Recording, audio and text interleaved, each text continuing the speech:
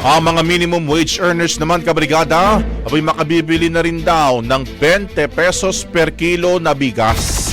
Brigada Jigo Boy Custodio, i-brigada mo! Brigada Live Report. Nagkasundo ang Department of Agriculture at Department of Labor and Employment na isama ang mga minimum wage earners sa pilot test ng P20 Rice Program. Ang kay Labor Secretary Vian Benido Laguesma, malaking tulong ito upang mapabuti ang kakayahang bumili ng mga manggagawang mababa ang sahod. Nagpasalamat din siya kay Agriculture Secretary Francisco Chu Laurel sa pagsuporta sa panukalang ito. Sinabi naman ni Secretary Chu Laurel na mananatiling committed ang DA sa utos ng Pangulo at binigyan diin ang kahalagahan ng pagtutulungan ng mga ahensya ng gobyerno para sa tagumpay ng programa.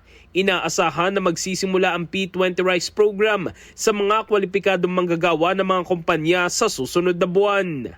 In the heart of changing lives, ako sa Brigada Jigo Custodio ng 105.1 Brigada News of Manila, The Music News Authority. Brigada Balita Nationwide. Ang bahaging ito ay hatid sa atin ng Power Cell Soya Coffee. Masarap araw-arawin.